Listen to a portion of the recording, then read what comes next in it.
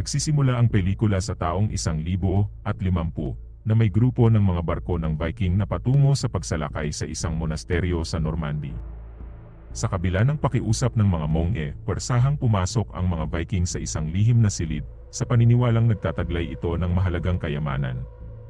Gayunpaman, napatunayang mali ang kanilang palagay habang nakatuklas sila ng isang batang lobo na nakatago sa likod ng nakalock na pinto.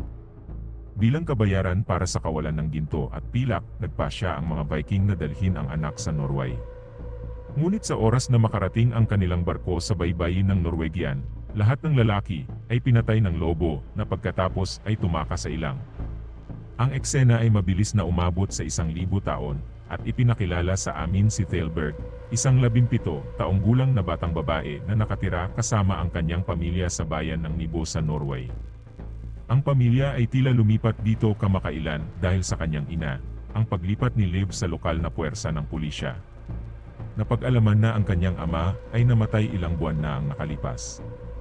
Hindi direktang sinisisi ni Thale ang kanyang ina sa pagkamatay ng kanyang ama at hindi maayos ang pakikitungo niya sa kanyang stepfather, Arthur. Ang tanging taong malapit pa rin niya at inaalagaan ay ang kanyang bingi na kapatid na babae na nagngangalang Jenny. Isang araw, habang nanonood ng horror movie kasama si Jenny, nakatanggap si Thale ng text message mula sa kanyang kaibigan sa high school na si Jonas. Inimbitahan niya siya sa isang party sa Kakahuyan malapit sa bay, kasama ang iba pang kabataan ng Nibo. Bilang resulta, ipinaalam niya sa kanyang stepfather at sumakay sa kanyang bisikleta. Pagdating, nagsimula siyang makipag-usap kay Jonas. Isa sa kanilang mga kaklase na nagngangalang Elin, na anak ng lokal na alkalde, ay nagsiselos sa kanilang pagiging malapit at dinala si Jonas para sa isang pribadong pag-uusap. Dahil dito, naramdaman ng kaawa-awang Thale na hindi gusto, kaya nagpasya siyang umalis ng maaga. Habang pabalik siya, naabutan niya sina Jonas at Elin na nag-uusap sa kakahuyan sa tabi ng loob. Biglang, isang maitim na nilalang ang sumalakay kay Elin, na nag-iwan sa kanyang malubhang na sugatan. Tumakbo si Jonas sa takot habang si Thale ay nagmamadaling tulungan si Elin, ngunit nasugatan niya ang sarili habang hinihiwa ng nilalang ang kanyang balikat. Kasunod nito, kinaladkad si Elin sa kakahuyan na humahantong sa kanyang pagkamatay. Makalipas ang ilang sandali, dumating sa pinangyarihan ang lokal na pulisya at mga paramedic. Sina Jonas at Thale ay tumatanggap ng medikal na atensyon, habang ang puwersa ng pulisya, sa pangunguna ng ina ni Thale at Police Chief Ehlert, sinisimulan ang kanilang investigasyon. Hinanap nila si Elin, ngunit isang cellphone lang na nababalot ng dugo at isang malaking punit na kuko. Mamaya ng gabing iyon, sinaliksik ni Liv ang mga katangian ng claw sa internet na humantong sa kanyang maghinala na maaaring isang lobo ang nilalang. Kinabukasan, lahat ng tao na dumalo sa party ay tinanong ng pulisya, kabilang sina Jonas at Thale bilang pangunahing saksi. Gayunpaman, hindi nila alam kung anong uri ng nilalang ang umatake sa kanila. Pansamantala, ang naputol na katawan ni Elin ay natagpuan sa mas malalim na kakahuyan at ipinadala para sa autopsy. Ang pagsusuri ay nagpapakita na may malaking umatake sa kanya, kahit na hindi pa rin malinaw kung ito ay isang lobo. Iniulat ng forensic expert na kinaladkad siya ng nilalang ng sapat na malayo dahil maraming piraso ng laman ang nawawala sa kanyang katawan.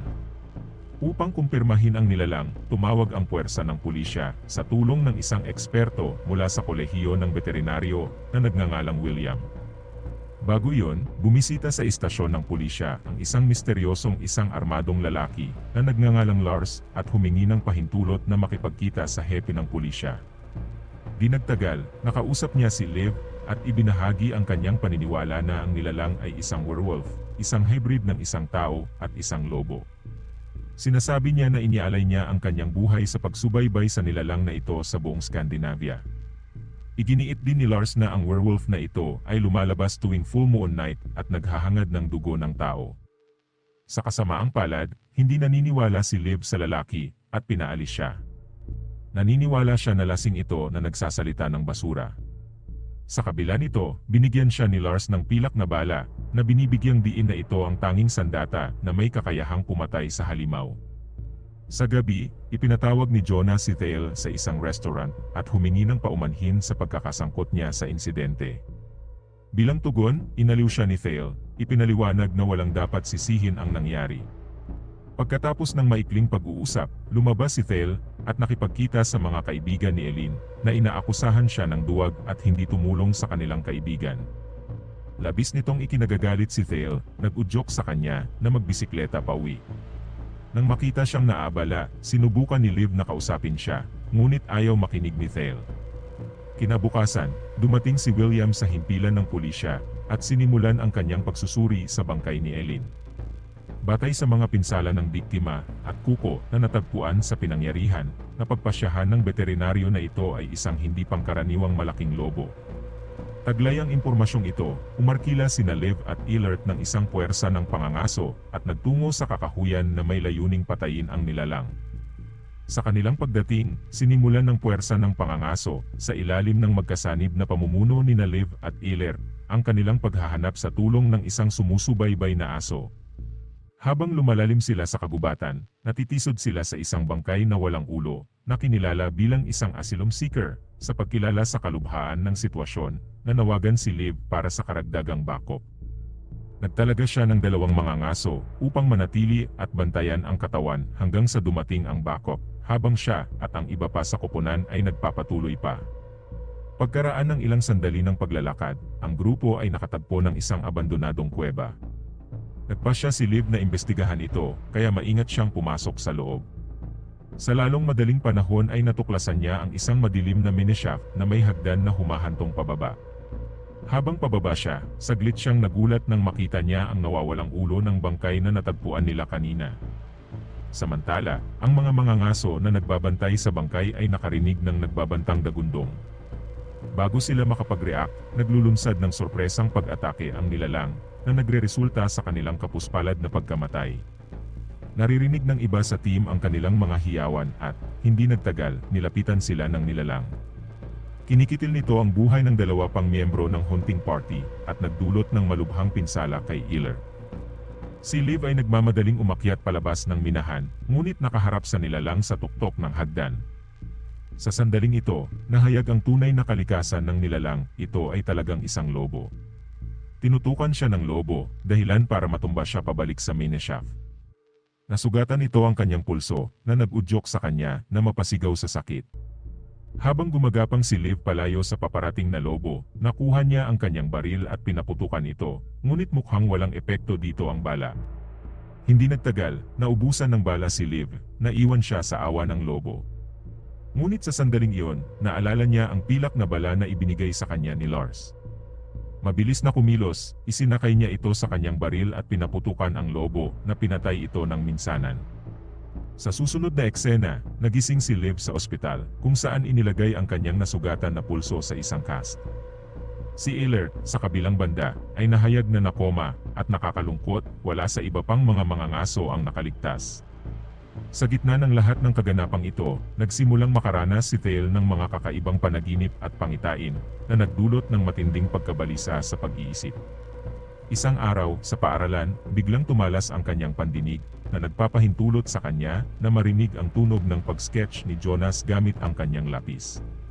Nag-iiwan ito sa kanya ng labis na pagkabalisa na nag-udyok sa kanya na magmadaling umatras sa banyo.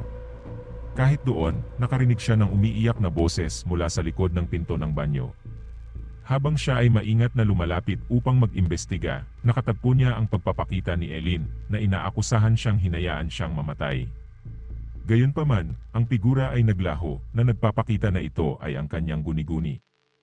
Kinagabihan, naranasan ni Thale ang sleepwalking, ngunit mabuti na lang, ligtas siyang ginabayan ni Jenny pabalik sa kanyang kama. Kinabukasan, sinuri ni William ang katawan ng lobo sa laboratorio. Pagkatapos ng masusing pagsusuri, sinabihan niya si Liv na walang epekto sa lobo ang regular na lead bullet na ginamit niya, sa kabila ng pagtama sa puso at baga nito. Ang tanging nakamamatay na pinsalang natamo sa lobo, ay mula sa pilak na bala na sa wakas ay pinaputok niya. Nagulat si Liv sa paghahayag na ito at napagtanto niyang isa nga itong werewolf.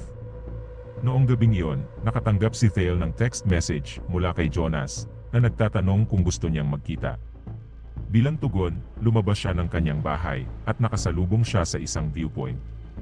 Habang nag-uusap sila, ipinagtapat ni Thale sa kanyang kaibigan ang tungkol sa kanyang kamakailang nakakabagabag na karanasan. binanggit niya na hindi pa niya naramdaman ang ganitong takot sa kanyang buhay. Sinusubukang aliwin siya ni Jonas, hinihikayat siya na magpatuloy mula sa traumatikong insidente. Tinitiyak din niya sa kanya na naalis na ang banta. Unti-unting nagiging romantiko ang kanilang pag-uusap at nauwi sila sa isang romantikong halik. Pagkaraan ng ilang sandali, nakatanggap si Jonas ng tawag mula sa kanyang ama. Habang lumalayo siya para sagutin ang telepono, nakalock ang tingin ni Thale sa kabilugan ng buwan na tradisyonal na nagtitrigger ng mga pagbabago sa werewolf. Nagsisimula siyang hindi mapalagay at kalaunan, ay naging mas makahayop na bersyon ng kanyang sarili na may matatalas na ngipin at malahayop na instinct. Nang bumalik si Jonas sa kanya pagkatapos ng kanyang tawag, nadiskubre niya siya sa lupa. Bago pa niya ito mabigyan ng babala, nawalan siya ng kontrol at pinatay siya. Kinaumagahan, nagising si Thale sa garahe ng kanyang bahay, at natakot na makitang may pahid na dugo sa kanyang mukha. Ibinuka rin niya ang isang piraso ng daliri ng kanyang kaibigan, na nagpapahiwatig na kinain niya ito noong nakaraang gabi. Gayunpaman, wala siyang maalala kung ano ang nangyari o kung ano ang ginawa niya sa kanyang kaibigan. Dahil sa pagkabalisa nito, tumungo siya sa viewpoint para lamang matuklasan na nasa proseso ang pulisya ng pag-alis sa naputol na katawan ni Jonas. Nang maglaon, pagkatapos ng pagsusuri sa katawan, napagpasyahan ni William na ang mga pinsalang natamo ni Jonas ay katulad ng kay Eileen, ngunit ito ay sanhi ng isang mas maliit na nilalang. Kasunod nito, nagpasya si Liv na humingi ng karagdagang impormasyon tungkol sa mga taong lobo mula kay Lars. Ipinaliwanag ng huli na kapag ang isang tao ay sumailalim sa pagbabagong anyo sa isang lobo, wala na silang natitirang pagkatao sa kanila. Ang tanging paraan para masira ang sumpa ay ang wakasan ang buong bloodline ng werewolves.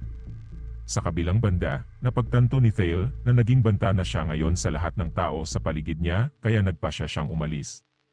Sa kasamaang palad, habang nasa bus, ang kabilugan ng buwan ay bumabagsak sa mga ulap na nag-trigger sa kanyang pagbabago sa isang ganap na lobo. Pagkatapos, si Thale ay nagpatuloy sa pag-atake sa iba pang mga pasahero na nagiging sanhi ng pag-crash ng bus sa isang tunnel. Hindi nagtagal, dumating si Liv sa pinangyarihan at nakatagpo ng mga nakaligtas na tumatakas mula sa bus. Hinawakan niya ang kanyang sandata at maingat na nilapitan ang mga nasira, ngunit ang lobo ay tila nakaalis na, nag-iiwan ng eksena ng patayan. Sa kanyang maikling inspeksyon sa bus, nakita ni Liv ang punit na damit ng kanyang anak pati na rin ang kanyang locket. Sa sandaling yon, dumating si William sa pinangyarihan na may dalang nakakagulat na impormasyon. Ipinaliwanag niya na pagkatapos suriin ang katawan ng lobo, may nakita siyang DNA ng tao. Kinukumpirma nito na nakikipag-ugnayan sila sa isang aktwal na werewolf. Nang marinig ito, napagtanto ni Liv na ang kanyang anak ay naging bagong werewolf. Sa susunod na eksena, si Thale, sa kanyang ganap na pagbabagong estado, ay umuwi at lumapit kay Jenny. Magkaharap ang dalawa, ngunit tila nakikilala ng taong lobo ang kanyang kapatid. Gayunpaman, ang ama ni Thale ay namagitan at inaway siya gamit ang lampara bilang pansamantalang sandata. Nagawa niyang ihatid si Jenny sa kanilang sasakyan at pinabilis palayo. Ngunit sa kasamaang palad, mukhang nakagat ng lobo si Arthur sa panahon ng paghaharap, na naging sanhi ng pagkawala ng maraming dugo sa kanya. Dahil dito, kalaunan ay nahimatay siya sa likod ng manibela, na nagresulta sa isang nakamamatay na pagbangga ng sasakyan. Nang mapansin ng karamihan ang aksidente, lumapit sila sa bumagsak na sasakyan upang tumulong, ngunit hindi nagtagal ay nahulog sila sa biktima ni Thale. Ang werewolf pagkatapos ay nagpapatuloy sa pagpatay at nilalamon ang kanilang laman. Nasaksihan ang kalunos-lunos na eksenang ito, si Jenny ay nagsagawa ng mga bagay sa sarili niyang mga kamay at matapang na naglakad patungo kay Thale. Sinusubukan niyang pakalmahin ang kanyang kapatid na babae, at sa isang sandali, siya ay matagumpay sa paggawa nito. Ngunit hindi nagtagal pagkatapos, dumating sa eksena sina Liv at William, kasama si William na gumagamit ng tranquilizer dart para talunin ang lobo, habang si Liv ay nagmamadaling sunggaban si Jenny. Pagkatapos ay sumilong ang tatlo sa isang bakanteng tindahan para protektahan ang kanilang sarili. Habang nagpupumilit silang pigilan si Thale, inutusan ni Liv si Jenny na magtago sa likod ng counter.